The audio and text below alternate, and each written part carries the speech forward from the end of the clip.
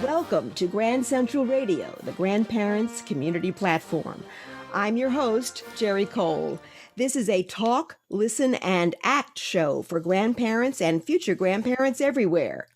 My adult child, that child's spouse and in-laws, and my 2 young grandchildren give me lots of questions and concerns. Like you, I want to be as effective for my grandkids and their parents as possible. To achieve these goals, I also want to stay physically and mentally fit and have fun. We can help each other by sharing our challenges and ideas about grandparenting and our lives as grandparents. You can replay our shows, find materials curated especially for grandparents, and contact me, Geri Cole, on our secure website, grandcentralradio.com. Many grandparents know the basics of safe equipment and supplies for their grandchildren. For cribs, confirm that vertical slats are not more than 2 3/8 inches apart so that a baby's head will not fit between them, and that corner posts are not higher than 1/16 inch above end panels so that the baby's clothing won't catch on those posts. Don't use crib bumpers that could suffocate an infant.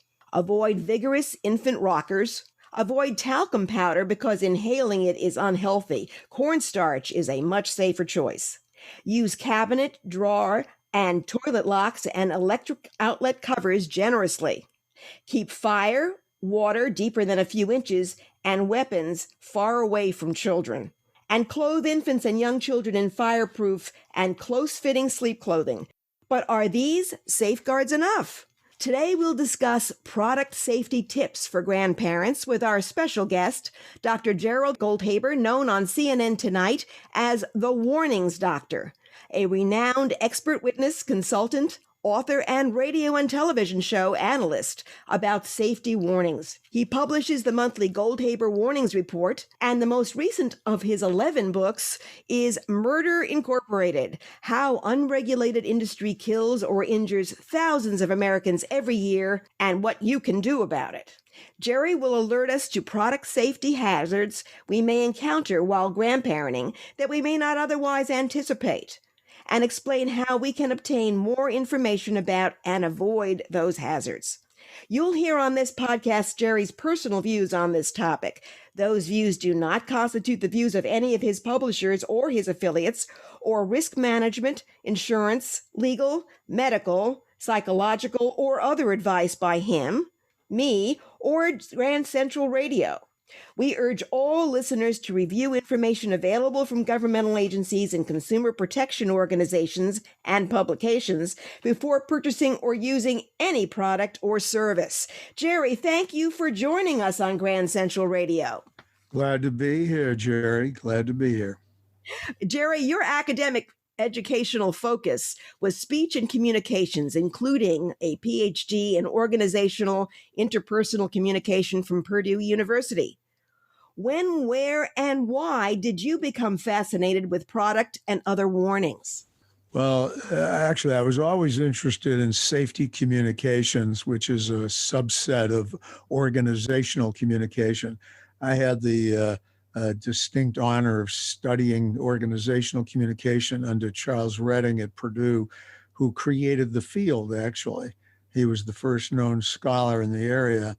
And he gave me pretty loose ability to expand my wings in whatever directions I wanted. And I became interested in safety in the early 1970s as a way for organizations to communicate important information to the public. This interest got tapped in a real world when I wrote my first book, Organizational Communication, the first text in the field, actually. Charles never wrote a text and encouraged me to do so, so I did. And I was teaching at the University of New Mexico in Albuquerque when I got a phone call from University of Texas professor Don Porterfield, who was using my book. And he was consulting on a litigation matter. I was kind of new to me. I'd only used lawyers for speeding tickets. And he invited me to participate in this. And there were over 100 component manufacturers in an oil refinery explosion, all suing each other. So long and short of it was, I was asked for my expert opinions on what went wrong. And when I was deposed in the case down in Texas, I walked into an auditorium with 100 people. And I didn't realize it, that most of those people would become clients of mine in the future. So when you ask, how did I get started in this lawsuit in 1978 in Galveston, Texas, which involved an explosion in an oil refinery. And the issue really came down to a safety communication issue. Who needed to know what information, when and where and how. And that's where my opinions got developed. And so from that moment on, I started to get phone calls from Texas, which was good because I like Texas barbecue. And the lawyers from Texas all heard about me from that one deposition. And then my interest in the area became more than academic. It became professional as my consulting services were sought moving forward from 1978. That was 44 years ago. Ever since then, I've been involved in safety communications, both academically and professionally. Aside from the oil and gas industry, and obviously you had strong mentorship in that field, what particular products and facilities interest you most as subjects of warnings?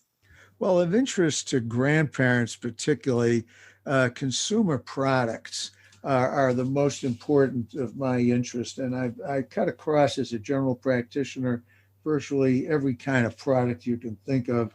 But the reason I was most interested in consumer products is because according to the Consumer Product Safety Commission, which is a government agency responsible for looking out for our safety with everything we buy or use, and a lot of this is at home. And I found out through their statistics that although senior citizens, people 65 and older, we only make up 13% of the population, we make up 65% of all the fatalities due to consumer products that we confront. And most of those injuries occur in our home. So we're very vulnerable to products. So I set upon my life's work as trying to find out what products most likely could injure or kill, particularly senior citizens, and where people who are grandparents need to be responsible for protecting their grandchildren. And so this is near and dear to my heart, Geri, the question you've asked. And I'm prepared to talk about a lot of those products that you just might not think about that are lurking with dangers in our homes that might be of interest to us as grandparents and to our own personal safety as well as protecting our grandchildren. Well, Geri, what were the steps? And it's hard to call you Geri because I'm Geri too. Sometimes I think I'm talking to myself. Geri, what areas of research and experience did you develop particularly focused on consumer products? How did you develop your expertise in that particular area? Well, the first products that I became very interested in was quite by accident. I was asked by a law firm to look into an injury at a swimming pool. And given that this is now summertime, I have my own podcast, and I'm going to be talking about summer injuries. And so I became interested through a lawsuit in the injuries that can occur to teenage grandchildren, particularly teenagers, where they would be diving into shallow water because teenagers think they can have no harm occur to them. They think they're invincible and vulnerable to any safety issues. And a number of them, in the tens of thousands, were being injured by diving into shallow water. Most typically a swimming pool, although the same injuries can occur from diving off of a pier into an ocean or a lake. But most of this is in shallow water, in the shallow end of a swimming pool, whether it's an in-ground or an above ground where the entire pool is shallow water. So that became interesting to me to study. Why are they diving into shallow water? Who's more likely to dive into it? Not just by age, but by, is there a gender difference? Is there a difference between those who perceive the hazard to be real or not? And I became very interested in studying those variables that predict who is most likely to get injured. That then expanded to my interest in food products. because teens are likely well, actually, starting with infants, infant formula became a product that I got interested in because there are no warnings about the fact that it isn't a sterile product. And grandparents or parents would be giving infant formula to kids who are under 6 months of age, and they could be susceptible to lurking bacteria that are there because it's not a sterile product. So I got interested in doing studies, academic studies, on the efficacy of warnings or safety information. In other words, what makes for an efficacious or an effective warning, and under what conditions can a warning be more or less likely to succeed? That's the interest that I got, Geri. Aside from the swimming pool dangers, and we've all noticed how independent teenagers are too, but sometimes kids younger than teenage years can be difficult to control in that area. Aside from swimming pools and infant sterile types of formula, what are some of the other products that grandparents might not think are dangerous, or might have, or circumstances in which grandparents are caring for their grandchildren that they might not think be fraught with danger that you've encountered in your experience as a warnings expert? That's a great question. And because the whole theory of my new book, Murder Incorporated, was to get two reactions, not just from grandparents, but from any of my readers. And that is, one, gee, I didn't know that. And two, wow, that could have happened to me or my grandchild because I didn't know it. And my tagline in the book is basically, the more informed you are, the safer you'll be. Well, what are some of those products? For example, number one, you might want to drive through McDonald's window and get for your grandchild a Happy Meal. Well, guess what? I have 13 lawsuits involving Happy Meal burns. What do I mean? You might not be aware of that as a grandparent, but Happy Meals are cooked at a very high temperature. And the theory McDonald's has, not just with their hot coffee, which is also famous in litigation circles, but because they wanted to keep the Happy Meal hot when the parent or grandparent got home with the product. Sometimes children eat in the back seat of the car. And if you're feeding your grandchild a Happy Meal and all of a sudden the package opens up, it could spill on their lap and scald them because the heat that it's produced at is 20% higher than most other products are. With coffee, by the way, and this isn't for your grandchild, coffee is produced at 190 degrees at McDonald's, which is 40 to 50 degrees warmer than at other coffee dispensaries. And they did it again so that people could drive through and have the coffee hut at work. In the meantime, over 700 people have been scalded, third-degree burns by McDonald's coffee. Same thing true with the Happy Meal. Infants and grandchildren have been scalded by Happy Meals. That's just one small example. Let me give you another one. Sometimes grandparents are very eager if it's a younger child, is toddler, for example, they're screaming or having a temper tantrum. You might think that a good way to stop it is to give them some sweet thing to nibble on. That's very dangerous. Sugar is one of the things I've devoted a lot of my efforts to informing the public about, because we're not aware of how dangerous sugar is, and particularly with grandchildren. You want to give them a sweet cookie or a sweet drink, sip from a Coca-Cola or something like that. These are enormously dangerous products, just in terms of the amount of sugar that is present.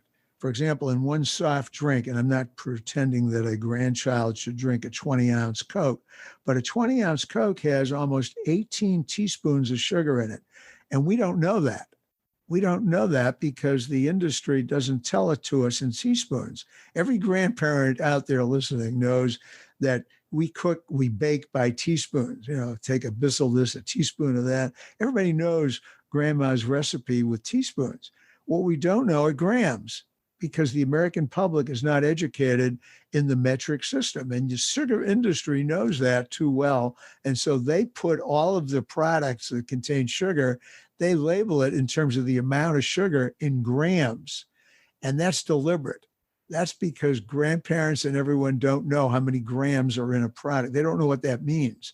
So if somebody says, well, your Coca-Cola has 68 grams of sugar, you think, well, maybe it's a lot, maybe it isn't. I don't know. And then you divide by 4 because it's 4 teaspoons, 4 grams per teaspoon. For every teaspoon, you have 4 grams. Well, if you divide 4 into 68, you get 17 teaspoons of sugar. That's a lot of sugar. You wouldn't want your grandchild drinking 17 grams of sugar.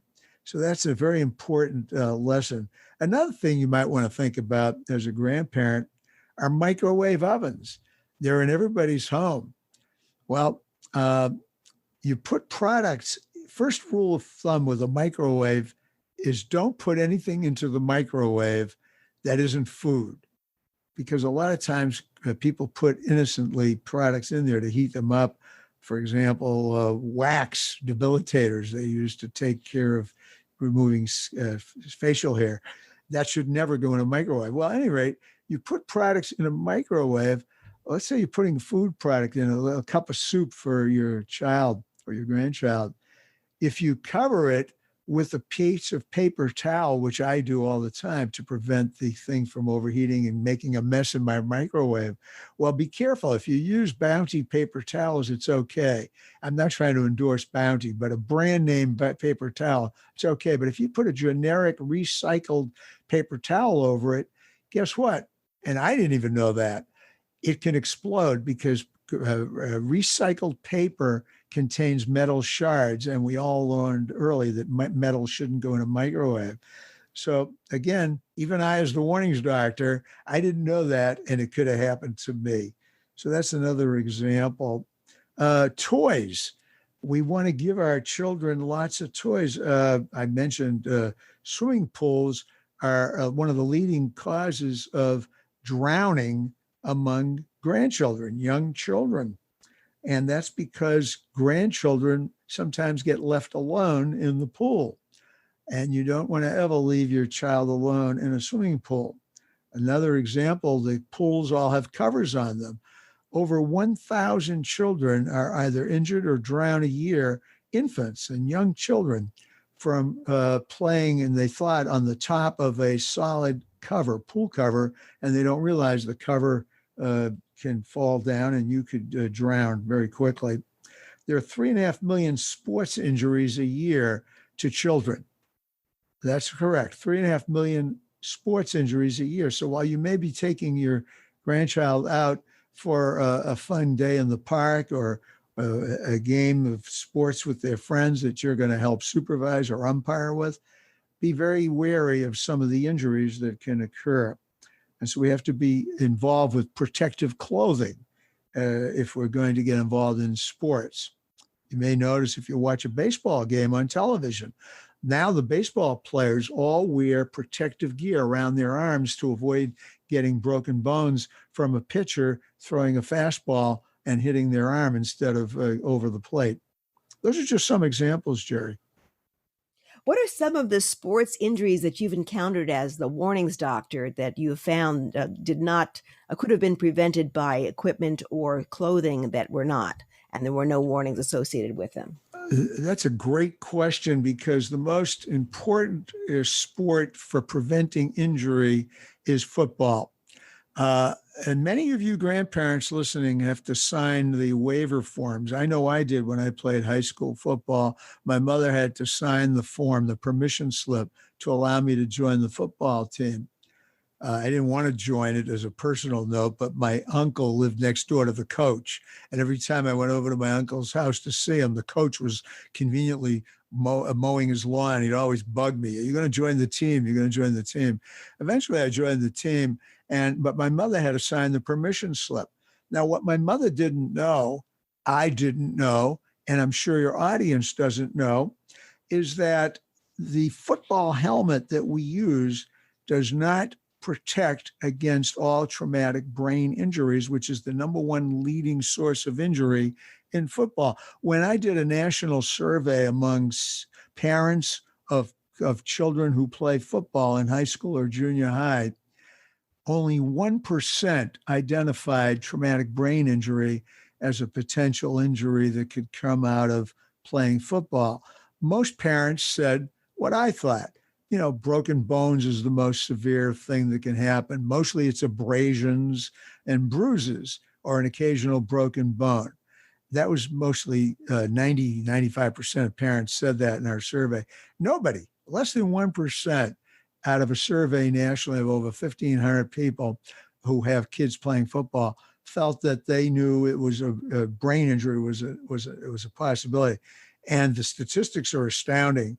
Over 1,200 annual concussions, many of which lead to traumatic brain injury from playing junior high and high school football. So that's the top of my list on, and you know what? The answer isn't to build a better football, get a better boat, as the movie Jaws said.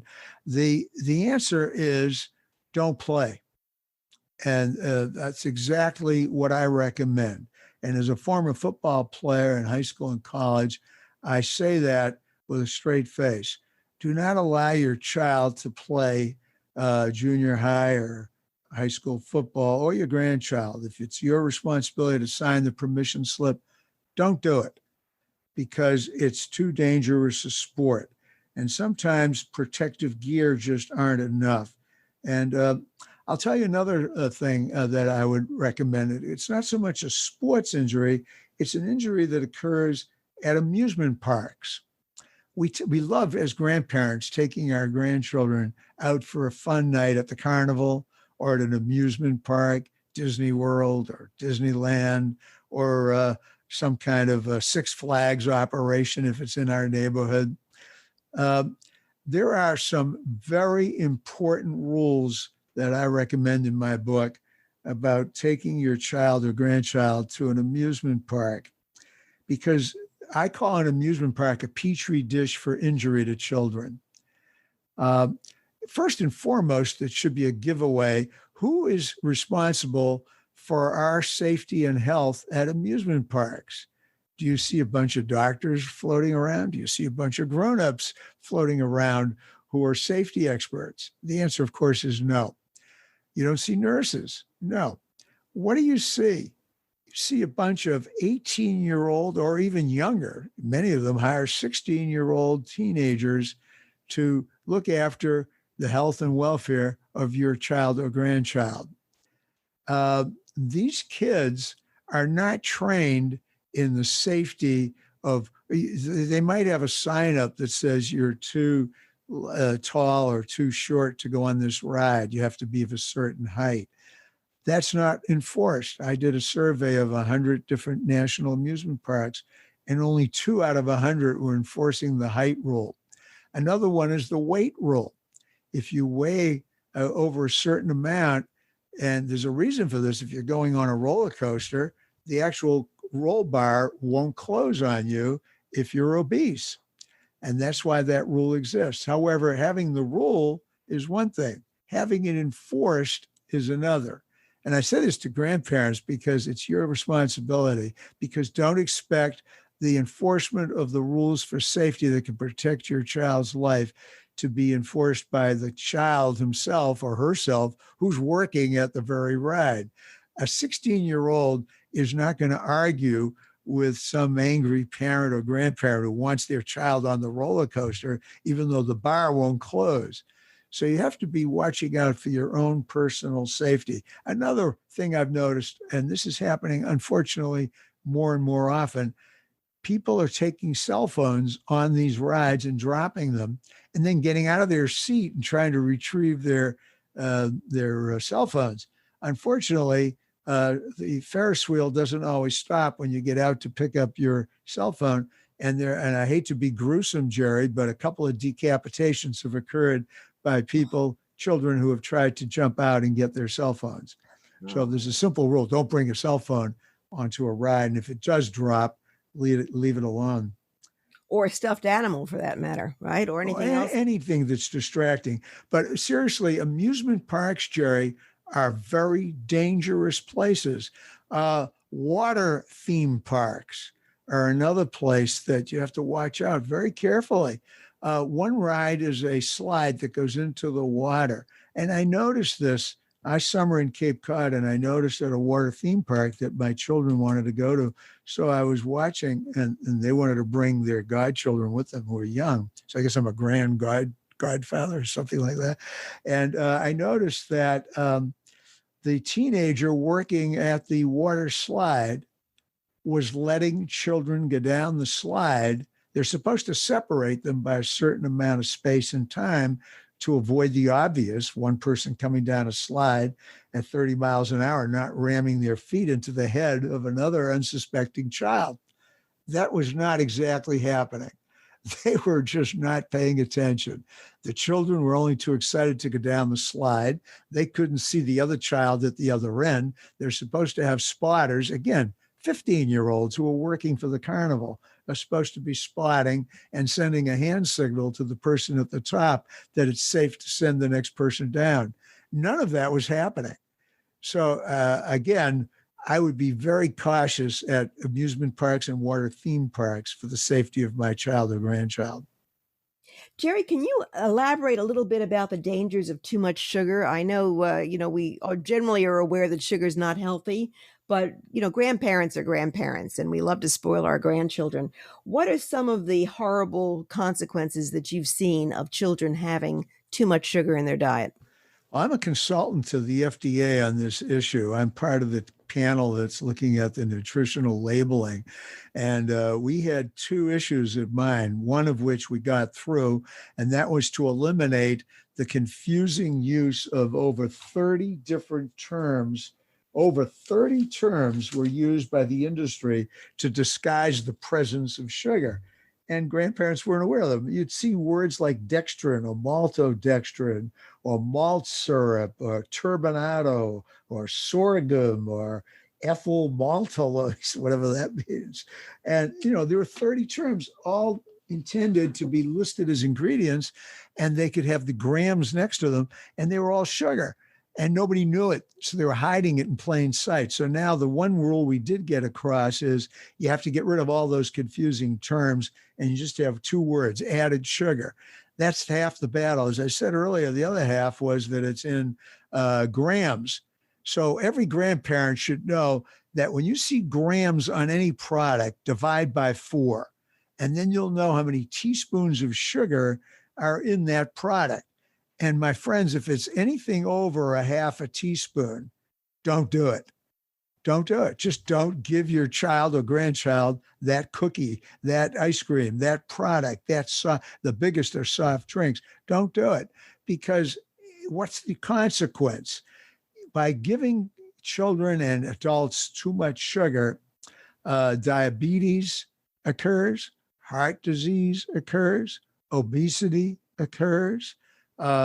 You end up with fat children who die younger in society because of the danger. Sugar is the most dangerous product in the United States.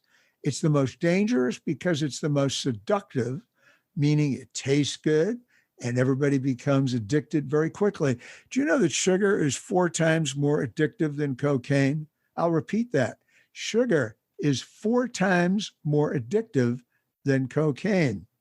And we all have a sugar addiction if we do too much of it, and we want more and we want more and we want more. And it's our responsibility as grandparents to say no. It's not just say no, as Nancy Reagan said. It's to mean it and do it, and to be intelligent about it. Healthy snacking and healthy eating starts with infants. We never gave our children, when they were weaned off mother's milk and using bottles, we never gave them apple juice because of the sugar content. If we gave them apple juice, we watered it down 10-1. So they had the barest of apple taste, but it was mostly water. This was just because we were intelligent parents and grandparents. We knew what was snacking. So we knew children liked, when they were old enough and their teeth were coming in, they liked crunchy things. Well, instead of giving them salty potato chips, we gave them carrots to chomp on, celery sticks to chomp on. And it's just a matter of habit and teaching the child the right foods. and not giving them. But sugar, you just divide by 4 to come out with teaspoons. And remember, there's a trick question, a question I like to ask people all the time. How much is the minimum amount of added sugar your child should have or your grandchild should have every day? How many grams or teaspoons of added sugar a day? Now, I won't embarrass you, Geri. I'll just tell you the answer. I think I have a good guess, though. All right, go ahead. I'll let you guess then. 0. That's right. You got it. Good for you. 0. There is no amount of added sugar. And I tell the grandparents, I'll tell you this, don't give your grandchild orange juice. Cut out the middleman. Give them the orange. Forget the orange juice because orange juice has hidden sugar in it. So I would advise against orange juice. And if you want the orange, stick with the fruit itself. And that's a good rule, by the way, in general. Let the child get their sugar high from eating certain fruits and vegetables. There are plenty of choices of sweet-tooth natured fruits like cantaloupe. Watermelon is good because the sugar in watermelon will not accumulate as certain other sugars do. Apples are great. The old adage, an apple a day keeps the doctor away. It is absolutely true. But now, before I go on, I want to caution. I mean, we live in a dangerous world. I even like to kid people in my book. It's not so funny. I say all the world's a hazard. And it is. You just have to be informed about those hazards. So be careful about certain things that involve fruits and vegetables. Where am I going with this, Geri? The word is pesticides. Pesticides are very dangerous. And I like to tell people to go to an app called the Dirty Dozen. Download it right now, the Dirty Dozen. It's put up by a group called the Environmental Working Group, EWG, and they have the opposite of the Dirty Dozen is the Clean 15. The Clean 15. If you look at the Dirty Dozen, almost any time, these are the most contaminated vegetables and fruits on the open market, contaminated with pesticides. And those should be avoided at all costs. Unfortunately, apples are at the number 1 at the top of most lists, and berries. Berries are great for the antioxidants. Blueberries, strawberries, raspberries, blackberries, all of them are great for us. And they're great snacks for children. Apples are great. But I would recommend for a few pennies more, get the organic. Look for the sales.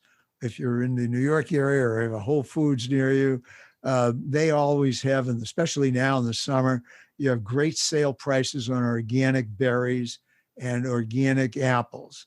And that's what you should be buying for certain fruits. Now, fruits like melons, you don't have to worry so much about the pesticides because what? They have skins. So generally speaking, fruits and vegetables that have heavy skins like avocados, you don't need to worry about organic.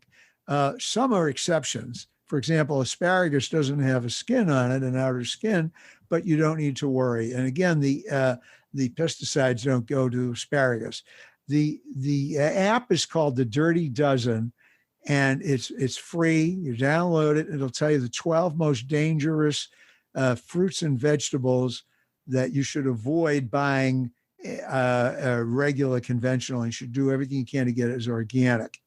And then they have the Clean 15, the top 15 that you can buy conventional and not worry about organic. So yes, apples are great, but be sure they're organic apples. Geri, I have one more question about a specific product, and then want to turn to the resources piece of this discussion. And that is, there's been a lot of the news lately about baby sleepers and infant rockers. Have you been following that? And what's your view about those? Well, not only have I been following it, Geri, I'm involved in a number of lawsuits against companies like Fisher-Price and Nap Nanny and others who have made these. They're deadly. They're absolutely dangerous for children. Parents buy these sleepers for the obvious reason.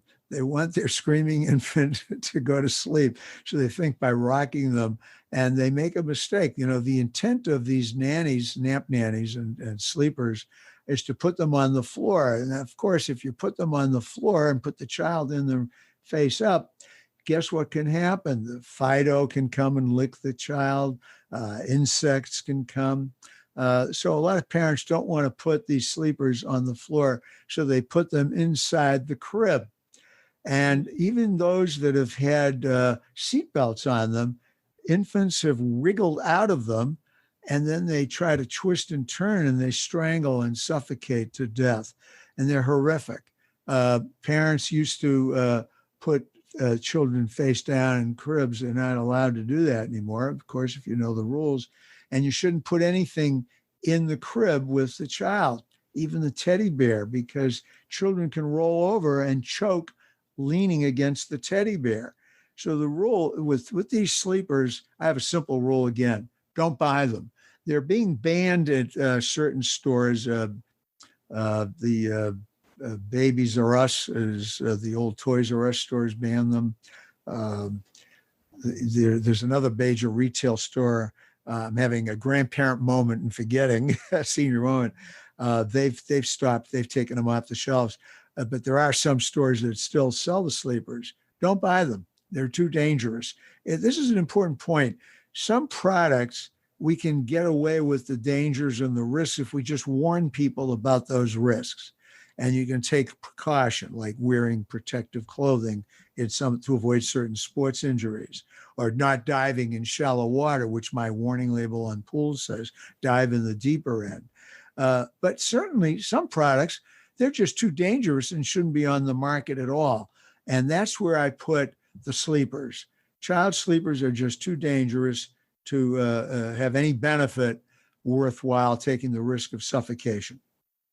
Geri, thank you very much for this. Now, in terms of resources for grandparents, in addition to the environmental working groups, the Dirty Dozen and the Clean 15 apps, what other resources do you suggest that are relatively inexpensive and easily accessible for grandparents to use so that they can educate themselves and train themselves in product safety generally? Besides my book, Murder Incorporated, which is available in anywhere you buy your books, even on audio books, by the way. Besides that, obviously, there are some real simple things you can do. First and foremost is to read every product label very carefully, both on the front and back. And sometimes it's not enough. So if you don't understand the language, there's an 800 number on the product. Call the company. Be an active consumer of information. Call that 1-800 number, the hotline. Don't wait till it's too late. Call ahead of time with your questions or concerns. Another thing is every grandparent should use the internet. If you don't have a laptop or some kind of a device, whether it's a phone or a smaller computer, I would, by all means, use the internet to look up information about product safety. I would not only look it up, but have a great, like you're doing a great service with your podcast for grandparents. Have a blog. Look for blogs where other grandparents and parents talk to each other, safety blogs. There are over 1,500 parents groups on Facebook. So join a group. Look for safety groups. Look for grandparent groups and talk to each other about concerns you have. Write to government agencies.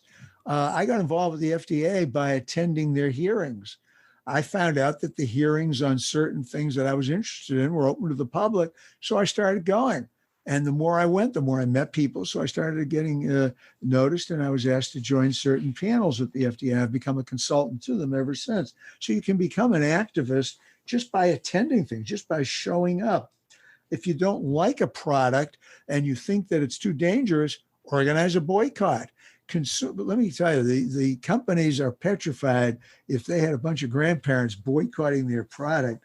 So you can actually get a lot of attention to your cause by threatening boycotts or involving other like-minded grandparents in what you're trying to do.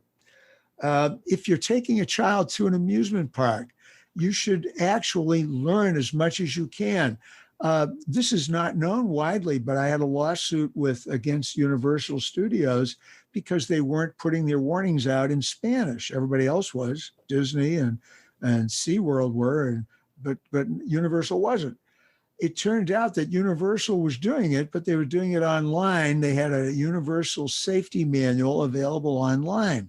Sometimes you have to dig deep to get the safety information. It's not readily available. Like if you're going to a amusement park, and I mentioned, say, Disney World, make sure you get their safety booklet ahead of time and read it before you take your grandchildren on rides.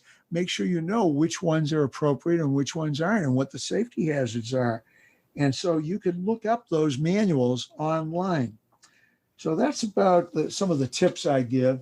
I have a whole chapter on that in my book, 12 steps that you need to take to become a more informed consumer, because it is true. The more informed you are, the safer you'll be. This is what we might call a positive 12-step program for grandparents, especially for us. Absolutely. Okay. Well, I'd like to invite now our other grandparent guest to ask Geri your questions and share your ideas about product safety tips for grandparents. Amy in Hawthorne, New Jersey. What are you thinking, Amy?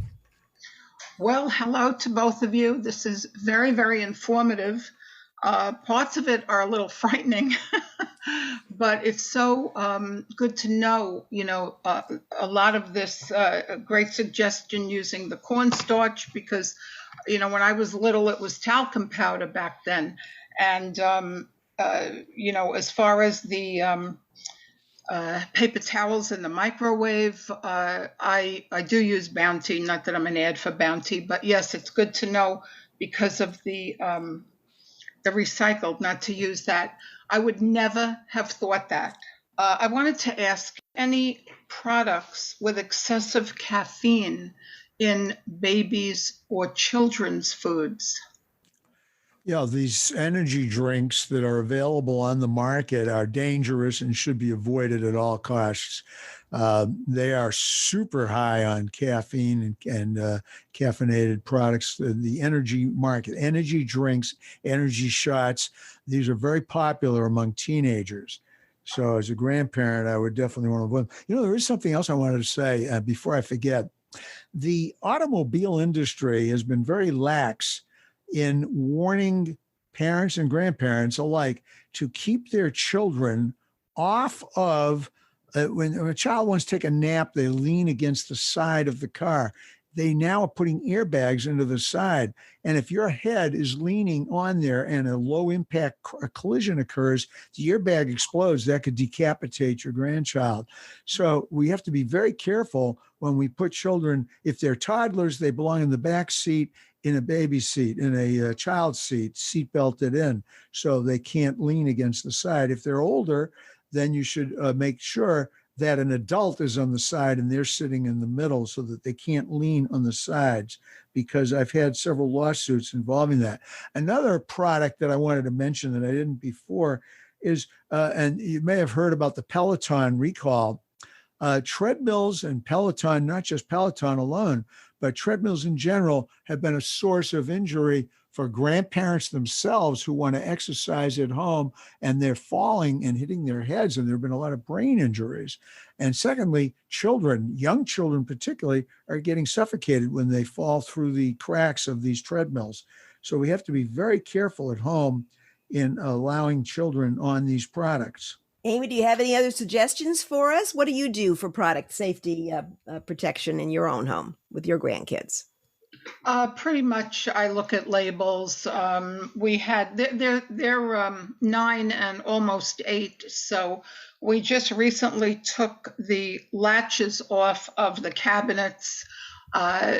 Everything that they shouldn't get into still has a latch. I don't take any chances, but yeah, pretty much we watch them quite closely, and we had a baby pool for them when they were little, and one of us, my husband or I, would always sit with them. We never left them alone, and we still don't leave them alone, even in their pool at home. Somebody is always with them. And my daughter is very careful with all of that. But we do try to limit the sugar, the sweets. They do eat a lot of fruit, fresh fruit, so I'm glad about that. Takes away, the yearning for a candy or a cookie most times. But we're just very careful, and my daughter is very good with reading labels. She buys organic fruits, mostly organic fruits and vegetables. So this was very, very interesting and informative, and I thank both of you. Amy, I have a question for you. Yes. And this has to do with your furniture and your mattresses. I bet you didn't know this, but most of your furniture in your home, particularly plush couches, plush chairs, your mattresses, are made out of polyurethane foam. Polyurethane foam is nothing more than solid petroleum. It's like frozen oil. Oh my God. And that means that if a child is, we always have the adage, don't play with matches to our grandchildren. But if they're playing with matches and it's near polyurethane foam, which is all over your home, it's no accident that in my book I use the phrase, home is where the hazard is, because it's true. And polyurethane foam is something we don't think about. We don't think about it because the warning labels about the flammability of these products is buried at the bottom, and most of us cut them off because they're unseemly. They don't make the chair look nice if the label's sticking out. But that's something you have to be extra special careful about. Obviously, we don't want children playing with matches, but if they're playing with matches near polyurethane, you've got an explosion waiting to happen. Well, now I have to go look at them. And covering it with plastic is not going to help, right, Geri? Is that? No, not in the least. It's the opposite, because plastic itself creates a hazard. Children will get into it, and they could have a suffocation hazard. But that's an important thing to be aware of. Another one to be aware of is you have stored in your garage a water heater. I don't know if it's in your garage, Amy, or if it's in your attic, but the water heater has a pilot light on it, especially if it's an older one. The newer ones, they've tried to engineer the hazard out by covering the pilot light. But in 99% of homes today, the pilot light of the water heater is exposed. Now, what's the problem with that is where you keep the water heater. If the water heater's in the garage, what else goes in the garage? There's a lot of paint, old paint that's not used, all of which can have fumes that can be ignited by the pilot light. And all of those fumes are heavier than oxygen, so they float down to the surface where the pilot light of the water heater is. So very simple. Don't store anything in your garage if that's where the water heater is that's flammable. No flammable products of any kind belong in a garage. And that's easy to say, Geri, because we keep lawnmowers in there, we keep all of our power tools, and that's okay as long as the fuel in them isn't full and that the fumes can go out and, they leak out and go down towards your water heater pilot light.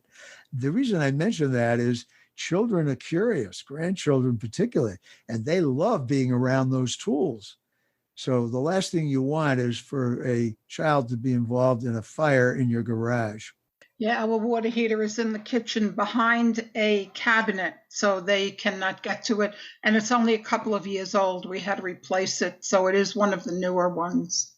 Well, if the water heater has a pilot light, it doesn't matter that the grandchild can't get to the water heater. What it matters is that it should be nothing flammable in the kitchen. And I hope that's the case in your case, Amy, that there are no flammable products stored in there that have fumes that can go down to the surface of your kitchen floor and then crawl over to where the heater's pilot light is. Because if it's yeah, that's the issue. Yeah, no, we're good. We're good. There's nothing near that water heater.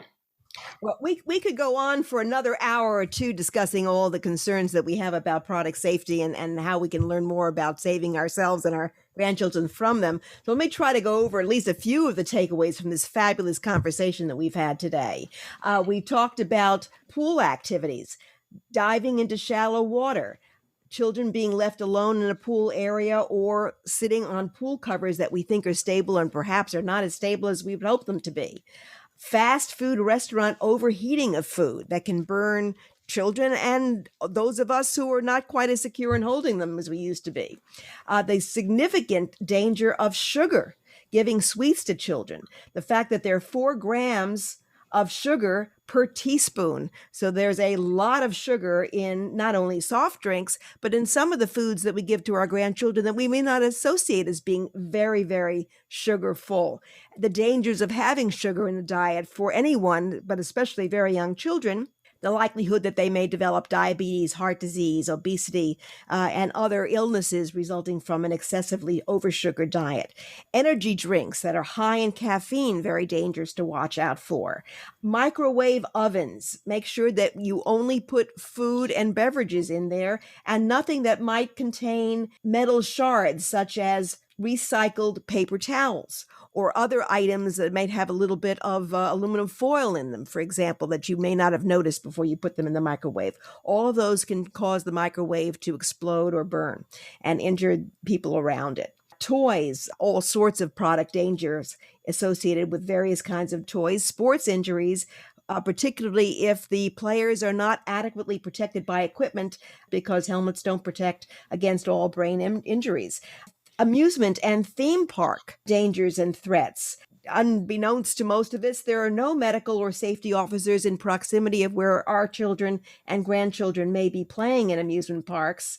The rules about height and weight restrictions and separation of riders from one rider to the next are generally not enforced in most theme parks. So we have to be more vigilant in enforcing them as grandparents when we're supervising our grandchildren there. Don't allow your grandchildren or anyone in your life, including another adult, to leave the seat of a ride in an amusement park to retrieve an item that they may have dropped over the side of the cart, whether it be a cell phone or anything else that they think is of value. Even if it's a credit card, it's not worth your life getting out of a cart in a Ferris wheel to retrieve it and risk serious injury or worse. Pesticides in fruits. Most of us understand that good fruits and vegetables are important for our health. They're a great substitute and a discouragement for having too much sugar, but some of them can contain a lot of pesticides too. And particularly concerned are fruits and vegetables that do not have thick skins, such as apples and most berries. So for those that are in that category, it's best to try to find organic products. A resource that's useful in helping determine what fruits and vegetables are safe for us are the environmental working groups, the Clean 15 and the Dirty Dozen. We talked about specific products that are associated with just living that children may be around, concerns about a pilot light in old water heaters that might be in locations where there might be fumes available that could cause them to explode. Baby sleepers, very, very dangerous, have been recalled from many of the stores, but they are still on the market. They're still available, and the best advice that our expert Geri Goldhaber could offer us is to just not buy them or get rid of them if you have them in your home. Don't allow children who are too old to be sitting in car seats sitting next to a door because of the injury that can result to a child if that airbag is deployed in an accident while the child is leaning against it. Foam, polyurethane foam that is in almost all sofas and chairs in our living room, highly flammable. So we have to take extra precautions to make sure that there are no flame and heat sources that are close to them that could trigger an explosion or fire. Exercise equipment, of course, we've heard a lot about the exercise bicycles and the treadmills and so forth, but particularly for children and older people who could fall, could have their arms or legs or other parts of their body caught in some of the pieces of those devices and result in serious injuries to them. And again, we could go on, but I think we have a lot of resources that you can turn to, including Geri Goldhaber's Murder Incorporated, How Unregulated Industry Kills or Injures Thousands of Americans Every Year and What You Can Do About It. We might also consider wanting to get involved in activism programs, attending governmental hearings, writing governmental organizations to encourage warnings to parents and grandparents that care for children and for their own sakes, and to make sure that we read product manuals. And again, we encourage all grandparents to consider joining organizations to help promote product safety in our own homes and improve the status of warnings of product dangers in our society today. Grandparents who are listening to this podcast, if they have further information that they'd like to know on this topic, to contact me, Geri Cole, and I will put you in touch with Dr. Gerald Goldhaber to get further information to respond to your question. Again, thank you to our special guest, Dr. Gerald Goldhaber, the Warnings Doctor, and to all of our grandparent callers and listeners. Our podcasts are posted to iTunes, Spotify, Stitcher, Blueberry, iHeart, TuneIn, Google Podcasts, YouTube, and our secure website, grandcentralradio.com. Until then, please contact me, Geri Cole. Stay well, safe, and secure, and happy grandparenting.